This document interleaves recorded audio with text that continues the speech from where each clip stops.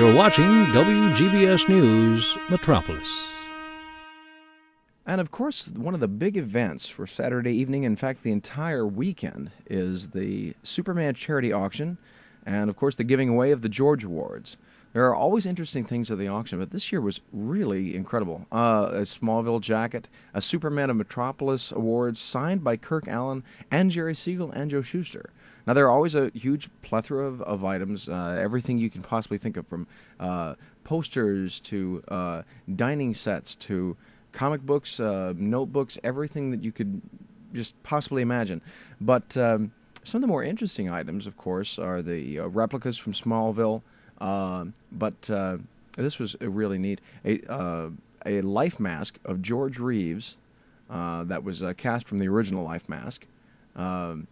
And that was one of a very small set, as you can see from the numbers there. As well, 3 outfits that were screen used for Lois and Clark, The New Adventures of Superman, including that outfit there that was used in also The Flash, but also a Christopher Reeve Superman cape and an original Kirk Allen Superman costume. Really amazing stuff. Now, this item actually did not meet the minimum bid because obviously this is a very historic item, but it was really neat being able to see this. So we wanted to make sure that all of our viewers got a chance to see it too. And with that, let's go to Jim Hembrick and the George Awards. We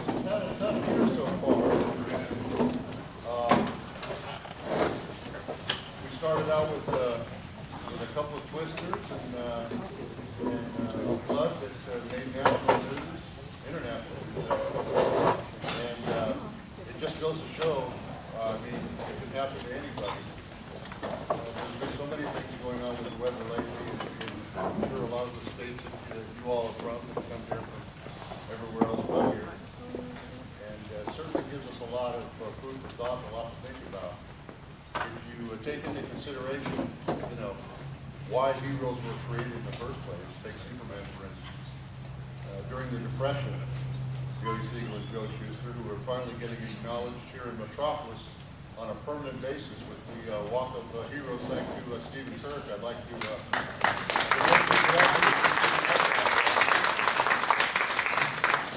that's a big deal, It's one of those things where we need a place. We need to understand what that's all about. Kids growing up need to understand what heroes are all about. There's so many, with all this devastation, so many heartaches and so many losses, and so many people without homes. I know that in Metropolis alone, I think there were over 200 homes that were affected by the floods in a major way. And a little message to the farmers in Missouri who put up a little bit of fuss because we wanted to break the levee so that we could save not just Cairo but several towns along the Ohio River. And when I heard that we hadn't even sandbagged yet, hadn't even started with Americana Hollywood because I was right down there. I mean, I'm only across the alley from Harris. And if you looked out at the hotel, it looked like it was its own island. I mean, it was scary. I myself, I think, everybody's got a story to tell. And I'll just briefly touch on mine. And that was that, we're all here, we're collectors, we all got stuff, right? And we treasure the things that we collect and where we get them from because they bring back childhood memories and they remind us of simpler times. And they have a lot to do with who we are, believe it or not. So the days were going by and the river just kept creeping up and up and up to the rate of about 6 to 12 inches a day. And the announcement was made that we had 5 more feet coming. Well, the museum would only take 2 more feet. And that other 3 feet just put me in a panic. But I kept my cool long enough to tell everybody, well, let's start with the Maryland stuff in the back and start taking it upstairs and keep our ear to the news and see where we go from here. But trying to take it in stages because there was so much stuff. There's so much stuff in that place. I mean, I got warehouses, 3 warehouses in that place that of stuff in boxes that I haven't even seen in 25 years because I don't have any room to put it. Now that place is 40,000 square feet. You take all that into consideration and do the math. It's a good-sized loss. And to try to hold your head up at the same time, you know, and then you got the people that are working for you wondering, well, we're not gonna have a job, obviously, if that goes. And when they blew up the levee, which it was designed to be blown up, and the farmers had signed a contract to that effect, and they would be subsidized, you know, for growing even if they didn't. And just my own knowledge, in going across the I-24 bridge and knowing that every year, like clockwork, they grow soybeans, they grow sunflowers, and they get away with growing all kinds of stuff. From what I hear, some of it grows a lot quicker than under normal circumstances because of it. So you take all that into consideration, and my suggestion is for a lot of us to get together and put together a thank you letter for the farmers in Missouri that had to sacrifice what they did. You know, it was a matter of balance. It was a matter of economics. You got tens of thousands of people versus 200. I mean, when you look at the masses and do the math, you know, that's the way it goes. But they broke the levee, and it saved me because another 3 feet, that would have been it. And it came right up to the alley back there. So, watching the National Guard go into play, O.D. Troutman was a good friend of mine, and he passed away last year. And the guy that took his place, Larry Douglas, and the mayor, and all the executives in the city branch really pulled together and coordinated efforts. I'm talking, I watched high school kids and junior high school kids working their butts off just to build the sandbags and get them where they needed to go. And a lot of the people that already lost their houses, you know, as far as, you know, having to take a rowboat out to them if they wanted to get back and forth, was dangerous. We're out there helping other people. They already had their losses. They're already suffering. And rather than thinking about themselves, you know, they're out there helping other people. So in a time of need, here I am again in a town that knows how to pull together, a town that cares about their neighbor, and a town that cares about, you know, where everybody cares about everybody. We all come together. And I was just so impressed with that, because maybe it's because I'm from a big place like Los Angeles where, you know, people take a lot of things for granted. You got so many people from so many places, you know. Sometimes that's not a good thing. At any rate, you know, you all have your favorite heroes in life, in spirit, and in comic books and movies. And I think that it's really special when I get on Facebook and I see you guys out there like in the costumes and things like that. Of course you're having a lot of fun. But at the same time, you're out there setting an example. You know, it's not a religion. We're not there. We're just trying to teach children the difference between right and wrong and what is good. And it's a good versus evil thing. And it's you know, the story goes on. So we're gonna have a lot of waves and a lot of capes to ride here in the upcoming months and so forth. With Harry Potter, you know, coming and going. And then as far as Warner's is concerned, the superheroes are marching, you know, into the theaters, and that's going to be a lot of fun. So we've got a lot of fun, a lot of good things ahead. But I just wanted to say that I appreciate everybody here for coming in and having at least having the faith in us that we're still going to put it. You guys knew we were going to put on a show, right? Yeah. We've had a good time so far, even with a little bit of rain here and there. Everybody's had a good time, a lot of good things to do, meet your friends and stuff. That's been good, right? Okay, so now we're going to have a good auction and have a lot of fun with that. But I had to touch on that because it's just, it was tough. We were 3 weeks behind, and I just wanted to let the recipient of this George Award know that this was O.D. Troutman's award. And no, I'm not giving it to the recipient. I'm saying, this is your award, and the guy that usually makes my awards lost a lot of stuff and was devastated with his entire operation as far as what he does in molding and statues and things like that for me.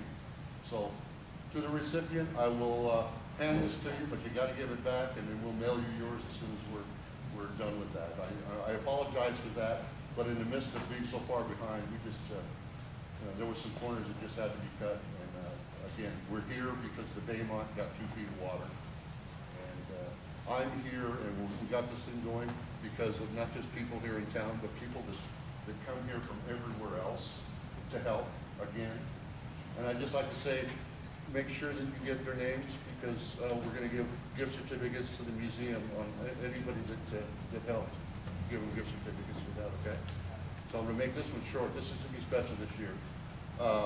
For everything that I've said here, we have the traditional George Reeves statue, which I give out every year. It started way back, I don't know, late 70s. I think Robert Shane was one of the first recipients, but I've given a George Award away every year since then. And one of these days, we're going to have to put the list together, and so that we can acknowledge on who receives these things every year. We keep loose track. I just don't have the list together. Otherwise, I stand here and tell you who's received some of these awards. But the Lois Lane Award, or the Noel Deal Awards, excuse me, to acknowledge in the same way that the George Award is, and that's why Danny and Heather Kelly both get this award this year, because of all the great work they've done.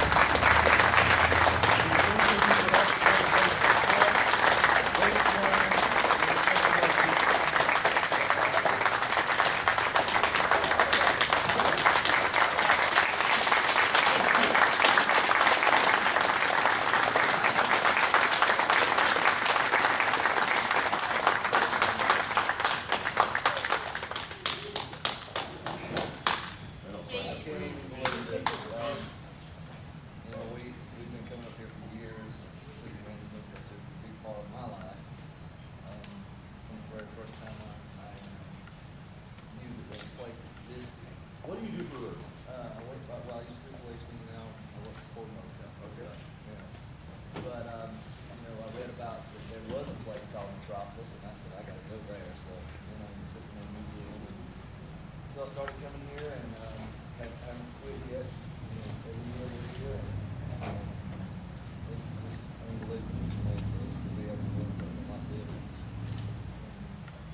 And I think it's takes a Well, lot. both of your efforts on the internet and here, and the examples that you set, I just want you to know that everybody loves you, and we really have a good time We with love all this the things place, you do. and like I said, we travel all over conventions, and I have mentioned several times to people this weekend that if we didn't go to any other one, people would be listening, because these people are our family. We love everybody here.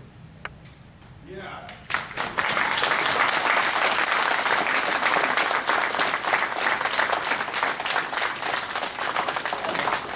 Here and promoting this place, and, you know, we tried to, you know, set good examples for people, and for both city men, and, hopefully be some role models to the young people, so. Very good. There are conventions throughout the nation all year long, but primarily in the summer and spring.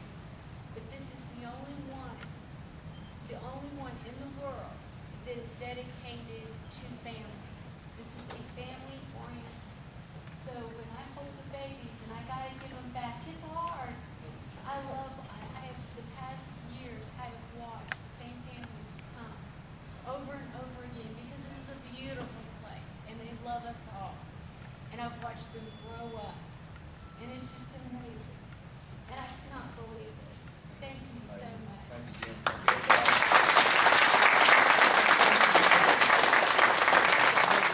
We all like to say a sincere congratulations to Danny and Heather Kelly, a truly super couple.